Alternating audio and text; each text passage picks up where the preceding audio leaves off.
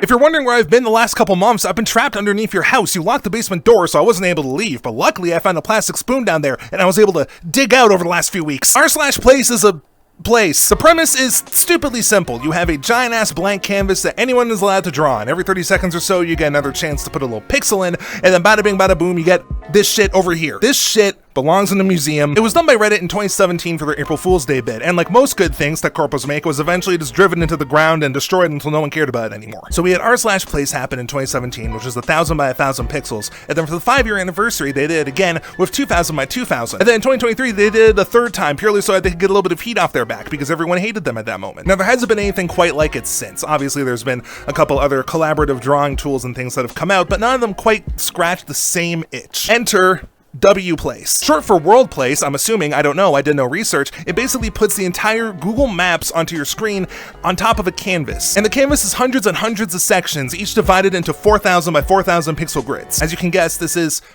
insane. Like the original r/place had 1,000,000 pixels, and then, sorry, I'm just looking down and I noticed that there's an Among Us. Look at that shit.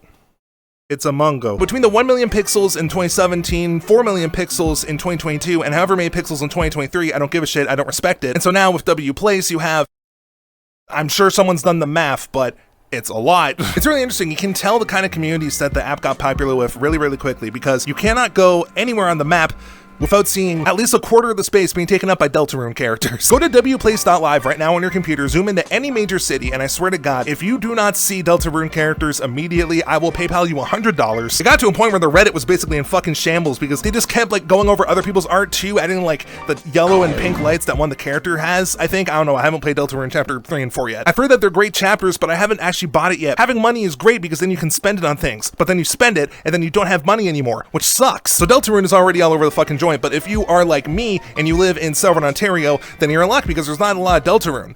But instead, there's so much femtanyl. The moment you zoom into Toronto, you are just greeted with giant words spelling out femtanyl, and you cannot look around without seeing at least 1,000 different illustrations of their little character that they use to advertise their music. And it's like, did she plan this? Was this coordinated? I know the fan base is a little bit rabid, but I didn't realize it would manifest this way. But besides those two major ones, there were of course all different kinds of art. There were beautifully illustrated pieces. There were pop culture references for things that I love. Now the website launched on July 21st, 2025, but it wasn't until a little bit later, or a couple weeks or so, that it started to get a really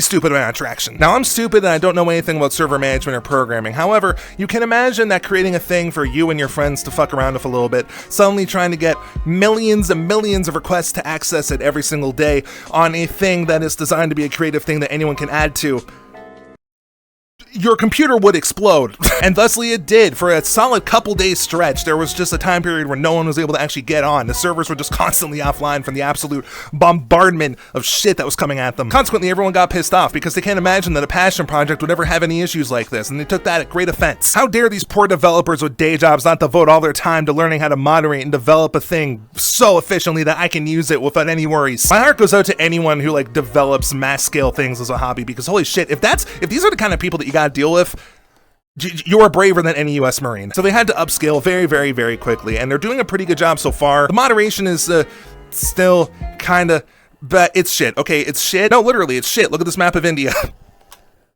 That was a terrible joke. This is racist, by the way. I just want to clarify that I know that. So not only is this a problem, but we also got this shit over here. I think it's some streamer in Spain or something decided to start making a void that goes all around. And voids aren't entirely out of the question. You see them a little bit in r/place, but this one was different because they were straight up just overwriting other people's works of art, and they eventually covered the entire country of Andorra. And if you don't know what that is, me neither. I don't. And it wasn't limited to the void really either. I also saw multiple instances of people just griefing other people's art and shit, which on one hand with the r/place I can almost understand because it's such a small space to work with, but you have quite literally the entire world at your fingertips. You can draw whatever the fuck you want anywhere else. You don't need to step on other people's toes for that shit, you know? It was quickly becoming a little bit of a toxic place, and the Reddit started to kind of go that way too, which was unfortunate. Every single time I opened the app, it was just people bitching and complaining about Deltarune fans, or the servers being down, or the moderation being shit, or people's art getting griefed, or just racist and bigoted shit that kept showing up. I had wanted to make a video about this thing, like when I first heard about it, but the problem was that with everything that was happening and what was developing, I wasn't sure if it would be a good place to,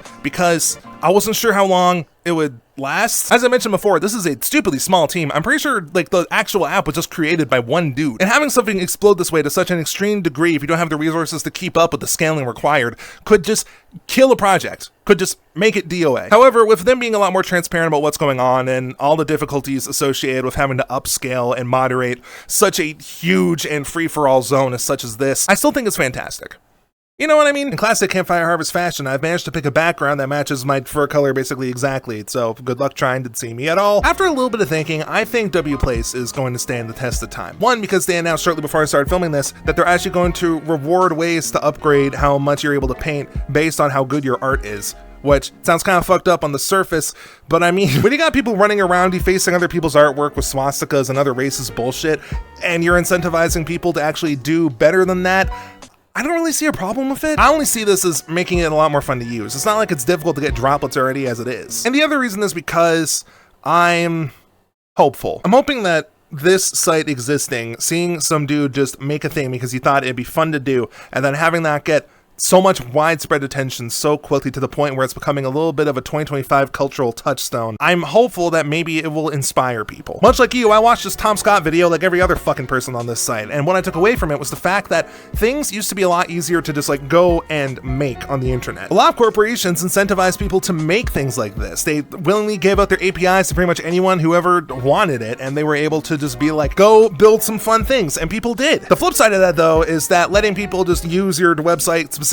and freely forever and ever, the cost starts to rack up, and then the corporations realized, hey, our CEO is only going to be able to buy 2 yachts this year instead of 3, so we got to cut this shit down. Obviously, that's not the only reason. There's also things to worry about in terms of misinformation or bad actors using the services to do not so good things in the public. But at the end of the day, there was a golden age of the internet when you were able to just make fun things using other corporations' infrastructure and just have it take off and just add culturally to the world. And it's something that's I've noticed has diminished pretty heavily over the last few years. Everything is so centralized now. Even for like online gaming, you got like what, fucking itch.io? And I think Miniclip still exists. I don't know. There used to be a lot of glimpses of people that would just build platforms for the sake of being able to allow people to have fun and be creative and connect with others and all this shit. And r/place got close to it, but I don't think it was much more than like a small gimmick and a celebratory thing you could do during the time.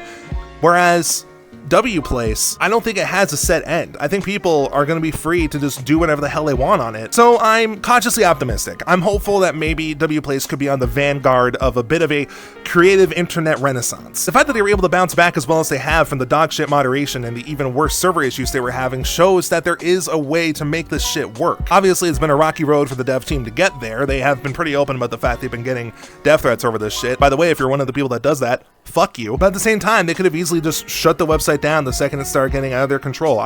Lord knows I probably would have. I probably would have abandoned that shit the second it started to go out of the scope of shit I could reasonably do at the moment. But they didn't. It was a bold choice, but I think it's one that has the potential to be pivotal in the internet landscape. Especially in a day and age when everything is just getting censored to shit. I don't have to tell you all the shit that's been going on. Steam and itch.io are getting absolutely plowed by payment processors. Multiple countries are introducing multiple acts of legislation that essentially clamp down on every social media network in the name of the kids or whatever the fuck excuse they have going this time. And with the fun side effect of the fact that most of the internet is designed to make you miserable, I think we're overdue to just have a place where being happy is incentivized. Where being creative for the sake of creativity and making something just for the sake of making something is actually rewarded. And isn't just shoved into an algorithm that decides you're worthless because your CPM isn't up to your ATR or whatever the acronyms are these days. I don't fucking know. There's an album I like called I Love My Computer by Ninajirachi, which came out literally just earlier this month. It's probably going to be in my best of 2025 albums video. Spoilers, sorry. But it's essentially a love letter to the era of the thousands internet when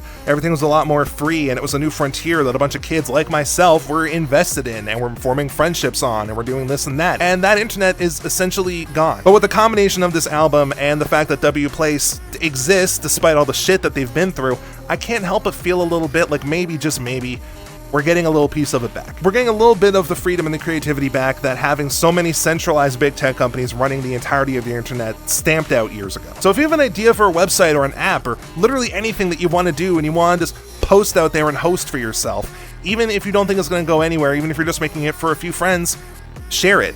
It might not be as super huge and impactful as wplace has been so far, but it's still going to help instill a culture that we lost a while ago and that maybe through bit by bit pieces of people just making what they want and being able to express it easily and freely, we can get some of that culture back. I didn't script any of this. I hope any of that made sense. That's gonna be it. Thank you for bearing with me over the last 2 months. It's been a time. Shout out to the patrons, channel members, and Ko-Fi 2024 people over there and coming from my voice right now. Patrons: Gurdon, Foxy Boy, Kylecray95, Dargyru, Theo Firefox, Serial Saurus, Mato Kalos, Beast King Barbaros, Uber Bounty, Joel, SF Serval, Squall, and Okari. Channel members: Johnny Bryson, Standan, and Theo Firefox. And the 2025 donors on Ko-Fi: Bebo, Theo Firefox, Captain Wiggles, Abozo, Cyril, and Rock. I don't know what to do for an outro.